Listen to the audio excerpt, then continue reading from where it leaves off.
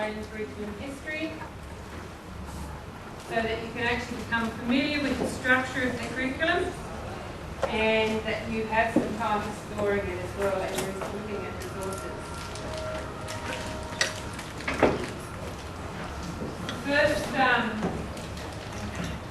First, I have a task. First task is to actually go to and visit the My Story, Your Story, His Story Weebly.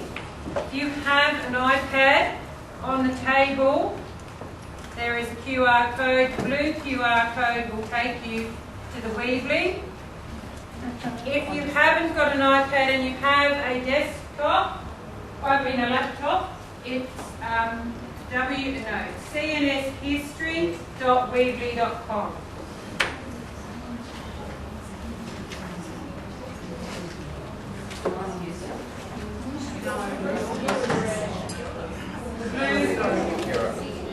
So you need cnshistory.weebly.com.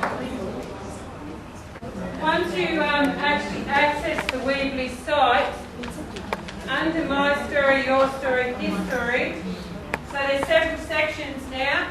You've got an introduction to IBL, which was where we put information from the beginning of the year. There is My Story, Your Story, History, which is the conference, and unpacking the curriculum. So like the other learning areas, history is set out in the same way as English, Maths and Science.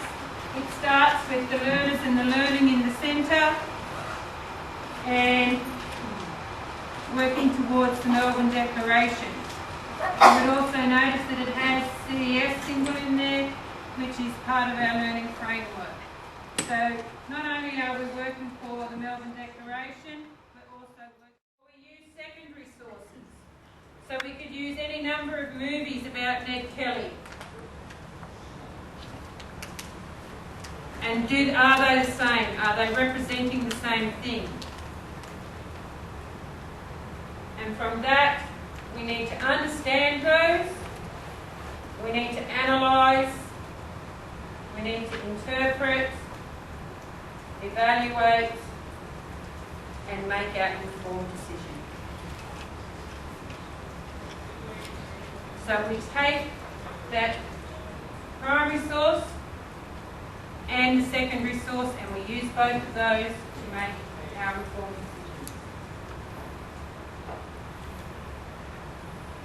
So what does the Australian curriculum history look like? Well, it's like any other area. It's got a rationale and aims. Really, really worthwhile going and reading those. We won't do that today though, because that outlines the purpose and the structure of the learning area. Why is it that we are teaching this history now? Why are we no longer just going to teach those? Why was it considered that history was important? We need to go back and read that rationale. There are content descriptions, which are your core knowledge, values, skills, what the students will be taught.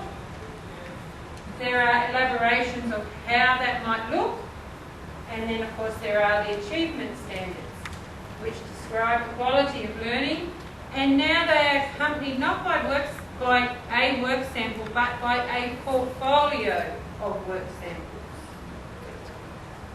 to show you that exemplify that achievement standard. Yes, Kate. Does this mean that next year, when we're reporting on our report cards, that the words studies in society and environment are going to fall off? You will have two. You'll have history and you'll have SOAP. History and SOAP. Because SOAP, we are not covering the whole of SOAP by covering history. So we're going to be essentially... So we're going to need to be looking at, yep, but some of that SOAP area will drop off. Just check those people that do not have access to internet.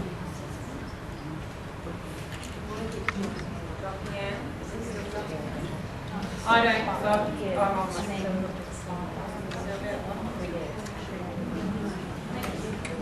Okay, on your table here in front of you, there is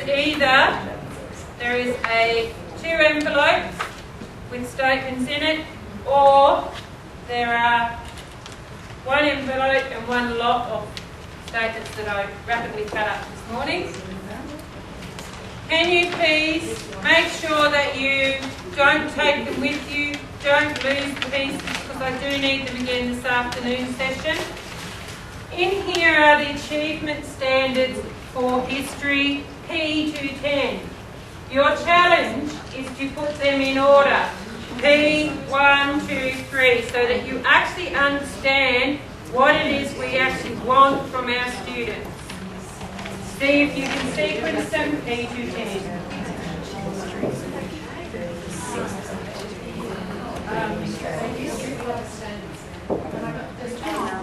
Yeah.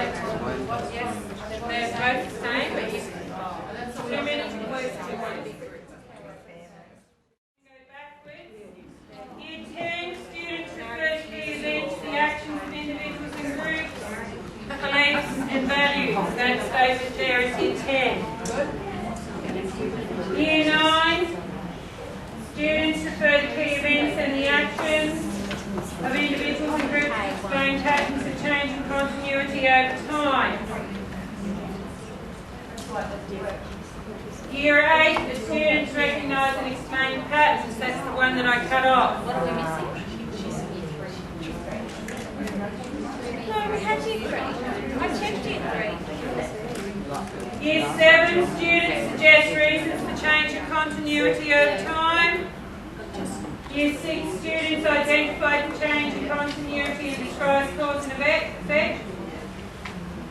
Year 5, students identify the cause and effects of change on particular communities. Year 4, explain how my life changed in the past. Year 3, explain how communities changed in the past. Year 2, analyse aspects of daily life. 1, explain some aspects of daily life, and prep is looking at families.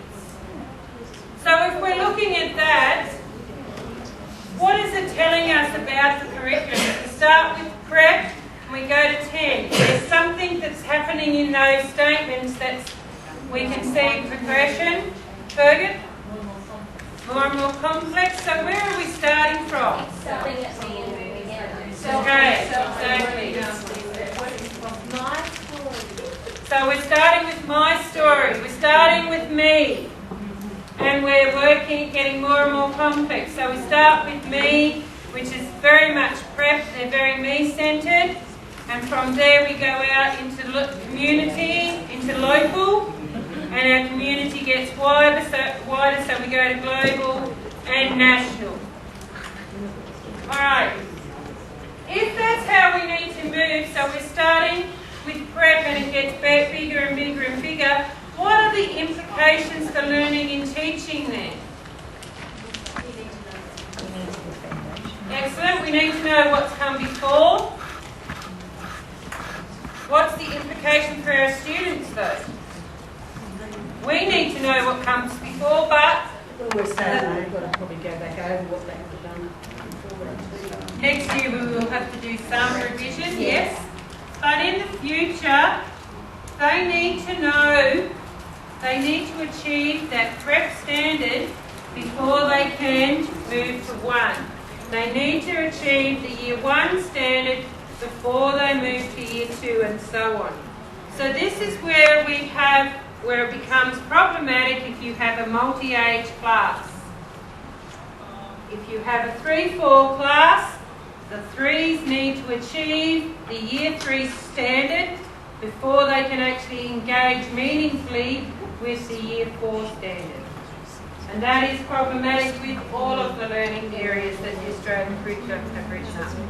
Because they are doing it as a spiral, and you need to have the achievement from below.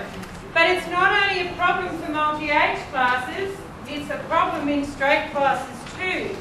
Because every class in reality is a multi-age class.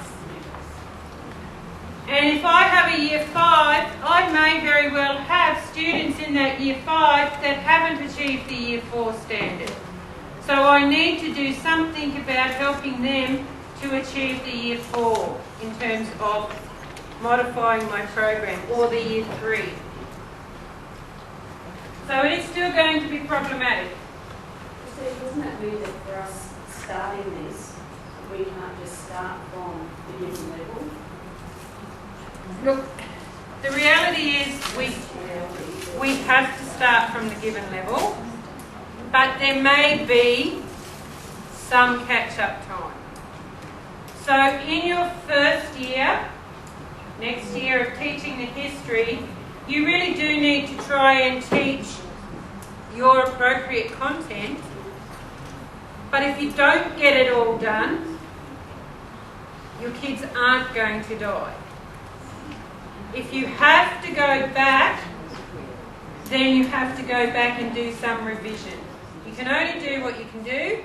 They can only learn what they can learn. But if you actually raise that expectation, where can we use that? If you actually had a history, if you had a novel, a historical novel that you were reading, you could actually make a QR code and insert it on a page where there's, it might be a reference.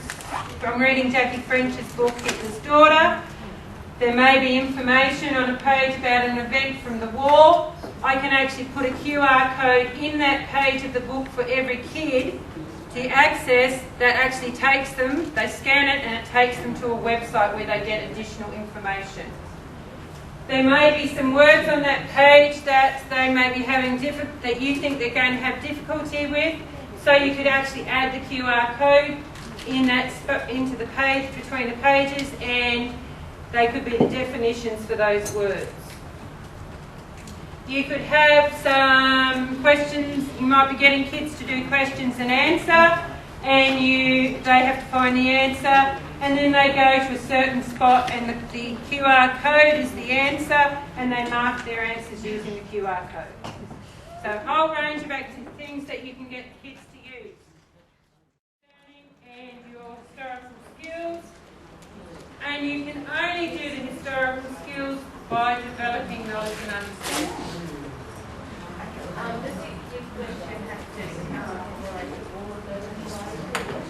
Over the year, you will have a series of big questions, and all of those inquiry questions will be answered.